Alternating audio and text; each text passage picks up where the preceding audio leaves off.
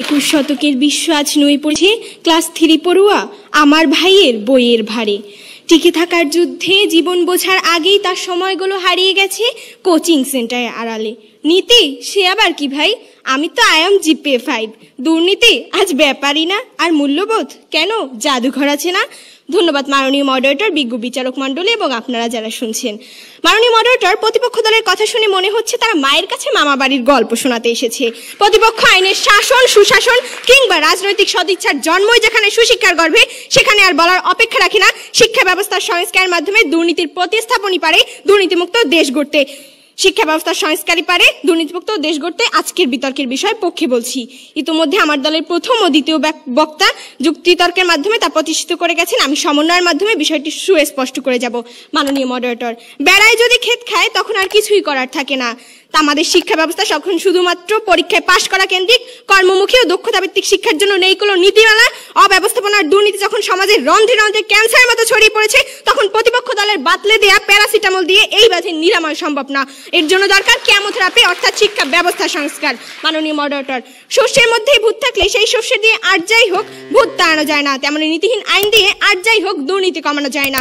মাননীয় মডারেটর, মানব সূচক অবস্থানে নরওয়ে বিশ্বে প্রথম, যে দেশে কোনো কারাগারি নেই। দুর্নীতি কমানোর জন্য প্রয়োজন হয় না আইনের শাসনের, কেননা তারা সুশিক্ষিত, সচেতন এবং মানবিক মূল্যবোধ সম্পন্ন।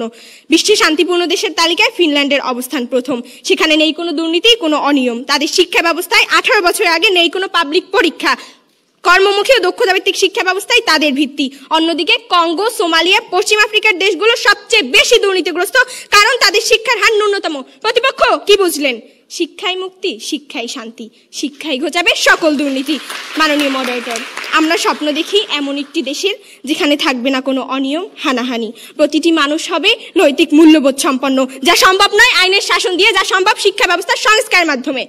মাননীয় মডারেটর, লক্ষ্য করুন, 2001 সালে আমাদের দেশে সাক্ষরতার হার ছিল 32%। তখন আমরা দুর্নীতিতে চ্যাম্পিয়ন ছিলাম। মাননীয় মডারেটর, আর আজকে 2018 সালে এসে আমাদের সাক্ষরতার হার যখন 72%, এখন আমাদের অবস্থান দুর্নীতিতে 13তম। মাননীয় মডারেটর, দরিদ্রতা ও দুর্নীতির অন্যতম কারণ। প্রতিপক্ষ কোন আইনের শাসন দিয়ে আপনি দরিদ্রতা দূর করবেন? এর জন্য প্রয়োজন কর্মসংস্থানের, যা কিনা সম্ভব শিক্ষা ব্যবস্থার সংস্কারের মাধ্যমে।